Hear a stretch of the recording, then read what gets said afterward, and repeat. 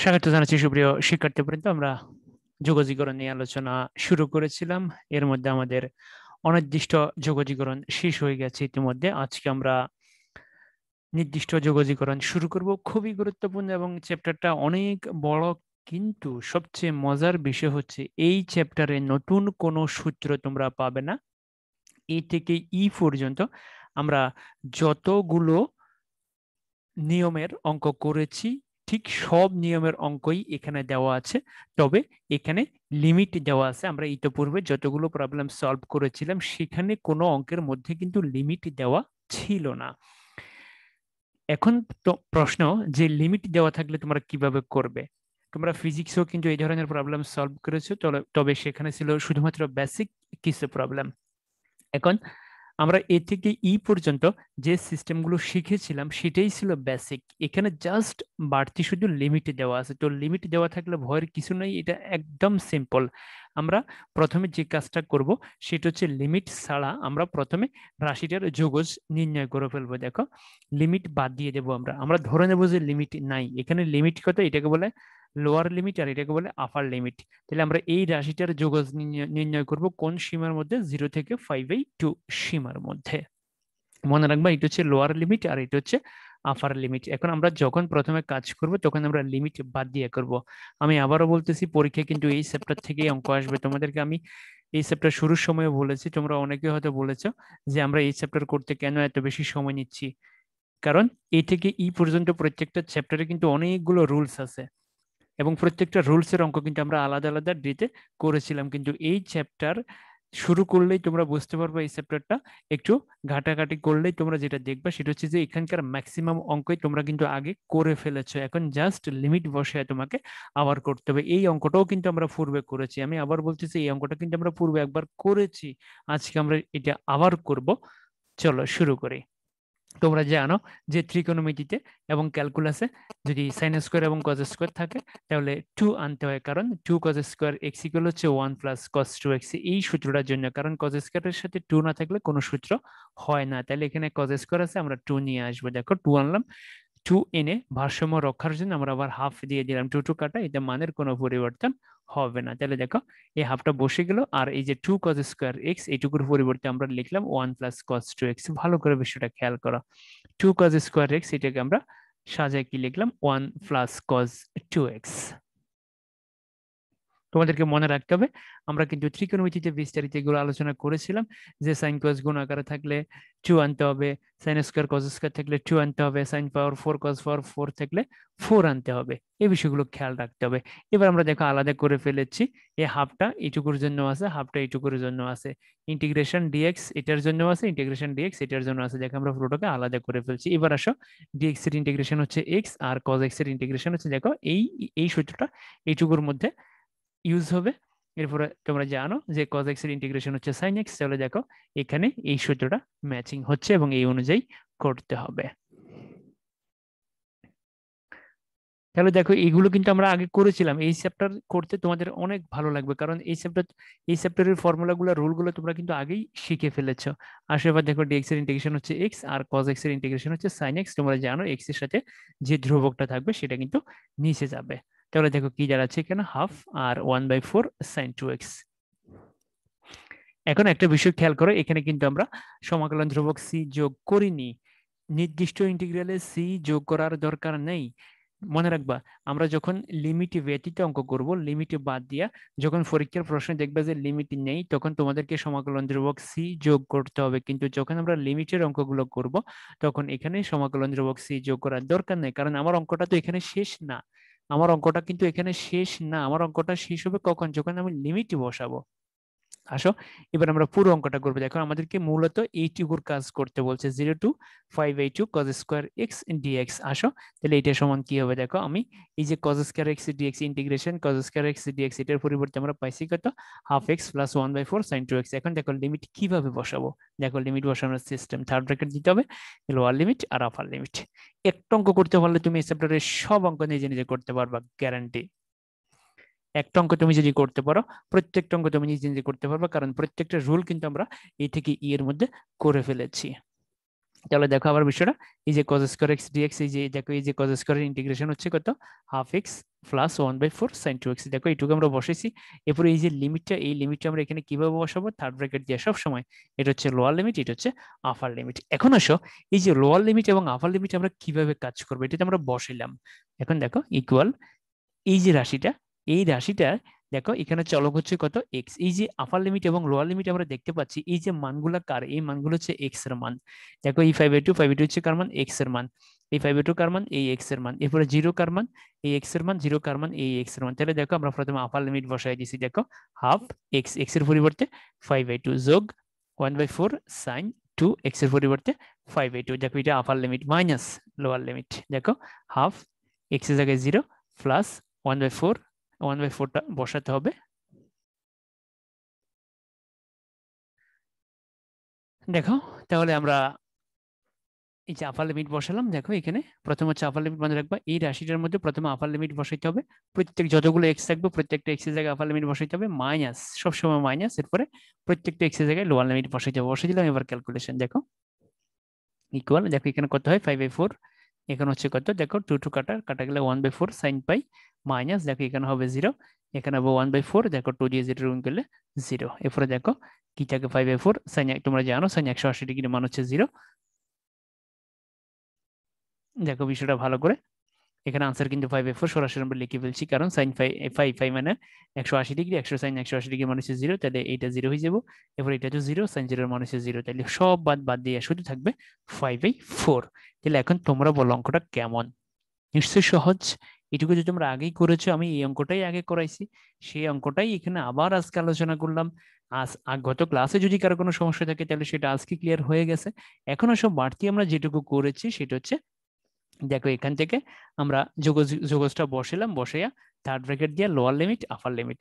মনে রাখবা মানের সময়, মান বসানোর সময় সব সময় প্রথমে আপার লিমিট বসবে, এরপরে মাইনাস, তারপরে লোয়ার লিমিট বসবে। এখানে যতগুলো এক্স থাকবে, এই পদের ভিতরে যতগুলো চলক থাকবে, প্রত্যেকটা চলকের জায়গায় তোমাদেরকে আপার লিমিট লিখতে হবে। দেখো হাফ এক্স, এক্স এর জায়গায় 5/2 প্লাস 1/4 সাইন 2 এক্স এর জায়গায় 5/2 মাইনাস, এরপরে half into 0 1 plus 1/4 sine 2 x এর জায়গায় 0। এর উপরে ক্যালকুলেশন করলে যা হয় তা। তোমরা যদি মনে করো যে না তুমি এই লাইন লিখবাই না, তুমি সরাসরি 5/4 লিখে দিবে, তাতেও কোনো সমস্যা নাই। চলো তোমাদের জন্য এবার যে প্রবলেমটা রাখা হয়েছে, অবশ্যই তোমরা এই দুটো প্রবলেম সলভ করবা, তাহলে এই ছোটখাটো প্রবলেম গুলো সলভ করতে তোমাদেরকে আর বেগ পেতে হবে না পরীক্ষার হলে। এবং মনে রাখবে এগুলো কিন্তু অ্যাডমিশন টেস্টে অনেক বেশি আসে। তাহলে এখানে তো সাইন স্কোয়ার আছে, তাহলে তোমাদেরকে 2 দিয়ে গুণ 2 দিয়ে ভাগ করতে পারে। এখানে কস কিউব আছে, তোমরা জানো যে কস কিউবের সরাসরি কোনো সূত্র নাই, কিন্তু একটা সূত্র আছে 4 কস কিউব। তাহলে তোমাদেরকে এখানে 4 দিয়ে গুণ 4 দিয়ে ভাগ করতে হবে। 4 কস কিউব থিটার সূত্র হচ্ছে কস 3 থিটা যোগ 3 কস থিটা। আমি আবারও বলে দিচ্ছি, কস কিউব থাকলেও কিন্তু 4 দিয়ে গুণ করতে হবে। আমরা কিন্তু ত্রিকোণমিতিতে এই সূত্রটা পেয়েছি, তাহলে এখানে 2 দিয়ে গুণ 2 দিয়ে ভাগ, আর এখানে 4 দিয়ে গুণ 4 দিয়ে ভাগ, 4 দিয়ে গুণ 4 দিয়ে ভাগ। 4 কস কিউব থিটার সূত্র হচ্ছে cos 3 theta plus 3 cos theta. এরপরে তোমরা ক্যালকুলেশন করে ফেলবা, এরপরে লিমিট বসাইবা। এবার আমরা খুবই গুরুত্বপূর্ণ একটা প্রবলেম সলভ করব, যেটা পরীক্ষা আসার সম্ভাবনা অনেক অনেক অনেক বেশি, এবং এটা অনেকবার ইতিমধ্যে পরীক্ষায় এসেছে। তো চলো আমরা প্রথমে লিমিট ছাড়াই কাজ করি। দেখো আমরা লিমিট বাদ দিয়ে দিলাম।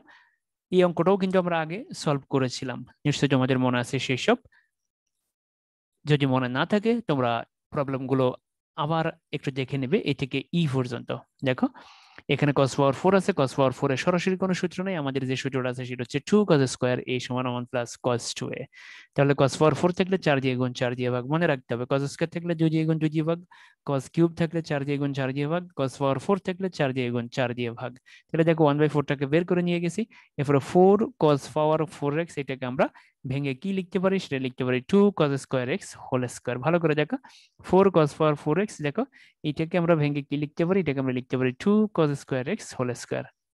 দেখো বিষয়টা ভালো করে এই সূত্রের সাথে ম্যাচিং করানোর জন্য 1/4 লিখে ফেলাম। এখন দেখো 2 cos স্কয়ার x এই সূত্রের সাথে মিলিয়ে দেখো 2 cos স্কয়ার a সমান হচ্ছে 1 প্লাস cos 2a। তাহলে দেখো 2 cos স্কয়ার x এটা সমান আমরা কি লিখতে পারি, 1 প্লাস cos 2x। দেখো বিষয়টা ভালো করে, আমি পূর্ব কিন্তু এই প্রবলেম নিয়ে বিস্তারিত আলোচনা করেছিলাম, আজকে আবারও করতেছি। যদি এরপরে এই প্রবলেম পরীক্ষা আনসার করতে না পারো তাহলে সেটা হবে চরম ব্যর্থতা। এখন দেখো a plus b whole square সূত্র দেখো a plus b whole square সমান কি a square plus 2ab plus b square.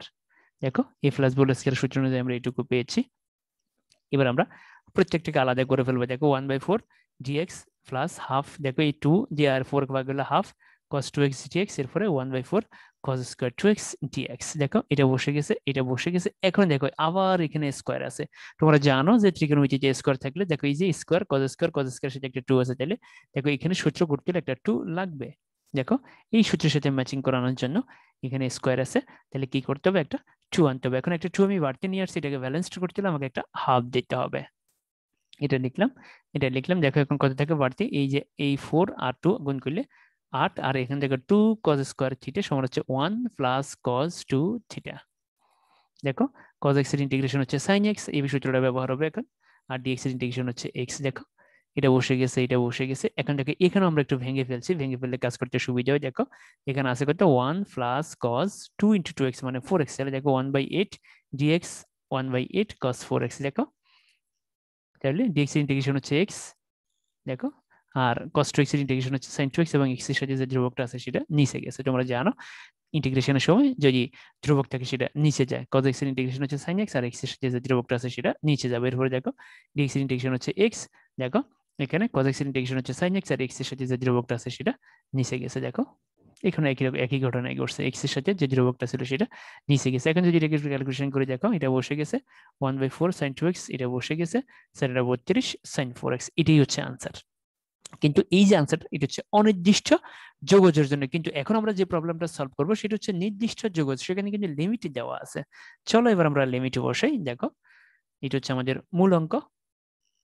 তোমরা জানো লিমিট বসাইতে হলে পুরো রাশিটা বসাইয়া থার্ড ব্র্যাকেট দিয়া লোয়ার লিমিট আপার লিমিট, প্রথমে আমরা আপার লিমিট বসাবো। দেখো এই যে রাশিটা, এই রাশিটা যতগুলো এক্স আছে প্রত্যেকটা এক্স এর জায়গায় আমরা 5/4 বসাবো। দেখো এক্স এর জায়গায় দেখো এই যে 1/4 এক্স এর জায়গায় 5/4, এরপরে দেখো 1/4 sin 2 এক্স এর জায়গায় 5/4, এরপরে প্লাস 1/8 এক্স এর জায়গায় 5/4, এরপরে দেখো প্লাস 1/32 sin 4 এক্স এর জায়গায় 5/4। দেখো থার্ড ব্র্যাকেট ক্লোজ, এরপরে মাইনাস, এরপরে লোয়ার লিমিট। দেখো লোয়ার লিমিট বসিয়ে দেন। দেখো 1/4 এক্স এর জায়গায় 0, 1/4 sin 2 ইন্টু 0, 1/8 এক্স এর জায়গায় 0, 1/32 sin 4 ইন্টু 0। এখন এটাকে ক্যালকুলেশন করলে যা হবে তাই। তুমি যদি মনে করো এক লাইনে ক্যালকুলেশন করে ফেলবা তাও সম্ভব। দেখো এটা ক্যালকুলেশন করলে কত হবে, 5/16, এটা হচ্ছে 1/4, দেখো 2 দিয়ে 4 ভাগ করলে 2, এরপরে দেখো এটা হচ্ছে 5/32, এরপরে দেখো 4 4 কাটা গেলে sin পাই। দেখো এটা হয়ে গেছে, এরপরে মাইনাস, দেখো এটা হচ্ছে 0।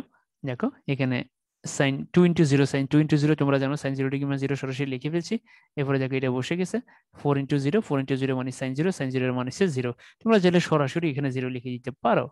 তাহলে এখন আসো এটা বসে গেছে, এই sin 5/2 মানে 90 ডিগ্রি, sin 90 ডিগ্রি মানে 1, 5/32 বসে গেছে, sin 5 মানে 180 ডিগ্রি, sin 180 ডিগ্রি মানে হচ্ছে 0। আর এটা বাদ পুরোপুরি, এটা পুরোপুরি বাদ, সব 0। এখন আসো তাহলে এটা বাদ হয়ে গেছে কি থাকে, 5/16 যোগ 5/4 5/32। ওখানে এটাকে যদি আমরা লসাগু করি, লসাগু হচ্ছে 32, 16 দিই 32 ভাগ করলে 2, তাহলে 25, 4 দিয়ে 32 ভাগ করলে 8, 8 আগে 8, 32 ভাগ করলে 1 দিয়ে 5 গুণ করলে 5, তাহলে আনসার হচ্ছে 35 প্লাস 8। তোমাদেরকে এখন যে প্রবলেমটা অবশ্যই সলভ করতে হবে, দেখো এই দুটো প্রবলেম অবশ্যই তোমরা সলভ করবে। এখানে sin পাওয়ার 4 আছে, তাহলে 4 দিয়ে গুণ 4 দিয়ে ভাগ, আর এখানে sin কিউব আছে, এখানে 4 দিয়ে গুণ 4 দিয়ে ভাগ হবে। sin কিউব 4 sin কিউব থিটার একটা সূত্র আছে, 4 cos কিউব থিটার মতোই। এই দুটো প্রবলেম অবশ্যই তোমরা সলভ করবা। তাহলে এই জাতীয় অর্থাৎ ত্রিকোণমিতির সংশ্লিষ্ট যদি নির্দিষ্ট ইন্টিগ্রালের কোনো প্রশ্ন আসে, তাহলে অবশ্যই তোমরা নির্দ্বিধায় নির্ভুলভাবে এবং খুব কম সময় তোমরা আনসার করতে পারবে। এবার আমরা যে প্রবলেমটা সলভ করবো, দেখো 0 to 5/2 cos 4x, আমরা লিমিট ছাড়া প্রথম অঙ্কটা করব। দেখো একবার সহজ এটা। আমরা যদি এটাকে x কল্পনা করি, তাহলে দেখো এই যে সূত্র অনুযায়ী দেখো cos x এর ইন্টিগ্রেশন হচ্ছে কত, sin x। এখন দেখো আমরা যদি এটাকে x কল্পনা করি, তোমরা জানো cos 4x এর কিন্তু কোনো সূত্র নেই, সূত্র আছে cos x এর, cos x এর ইন্টিগ্রেশন হচ্ছে sin x। তাহলে দেখো এটাকে যদি আমরা x কল্পনা করি, তাহলে cos x এর ইন্টিগ্রেশন হচ্ছে sin x, আর x এর সাথে যে ধ্রুবকটা আছে সেটা নিচে যাবে। এখানে আমরা লিমিট বসাবো। দেখো থার্ড ব্র্যাকেট দিয়ে লোয়ার লিমিট আপার লিমিট। দেখো প্রথম হচ্ছে 1/4টা বের করে ফেলছি, এরপরে দেখো আপার লিমিট মাইনাস লোয়ার লিমিট। দেখো প্রথমে এক্স, এই দেখো এক্স এর পরিবর্তে 5/2 মাইনাস sin 4 ইন্টু 0। এখন যদি ক্যালকুলেশন করি, দেখো এই যে কত হবে 25 মাইনাস sin 0, আর 1/4 বসে গেছে, sin 0 ডিগ্রি মান 0, এখানে কত 360 ডিগ্রি মনে রাখবা, ফাই মানে 180, 180 যদি গুণ করলে 360, সাইন 360 ডিগ্রি মান 0, তাহলে 0 - 0 সমান 0, সবই 0, অর্থাৎ পুরো রাশিটার মানে হচ্ছে 0। তাহলে এই যে রাশিটা আমরা দেখতে পাচ্ছি, দেখো এটি হচ্ছে অনির্দিষ্ট যৌগজ, প্রথমে আমরা করছি, এরপর আমরা লিমিট বসাইছি। তাহলে এই প্রবলেমগুলো তোমরা ভালো করে প্র্যাকটিস করবা। তোমাদের জন্য যে প্রবলেমটা রাখা আছে সেটা হচ্ছে 0 to 5 sin 4x, অবশ্যই তোমরা এই প্রবলেমটা সলভ করবা। ধন্যবাদ সবাইকে। সুপ্রিয় শিক্ষার্থীবৃন্দ, আমরা আজ থেকে নির্দিষ্ট যৌগজ শুরু করেছি। নির্দিষ্ট যৌগজ তোমাদের অনেক ইজি মনে হবে, এবং তোমরা নির্দিষ্ট যৌগজ শুরু করার পূর্বে এই থেকে ই পর্যন্ত যে প্রবলেমগুলো আমরা সলভ করেছিলাম, যে ফর্মুলাগুলো আমরা দেখিয়েছিলাম, সেগুলো তোমরা আবার একটু প্র্যাকটিস করবে। মনে রাখবে এই থেকে ই পর্যন্তই কিন্তু তোমাকে ভালো করে শিখতে হবে। এফ এ শুধুমাত্র আমরা লিমিট প্রয়োগ করবো এইটুকুই, কিন্তু আমরা এই যে এফ এর ভিতরে তুমি যতগুলো অঙ্ক দেখবা প্রত্যেকটা অঙ্ক এই থেকে এর মধ্যে কিন্তু করা আছে।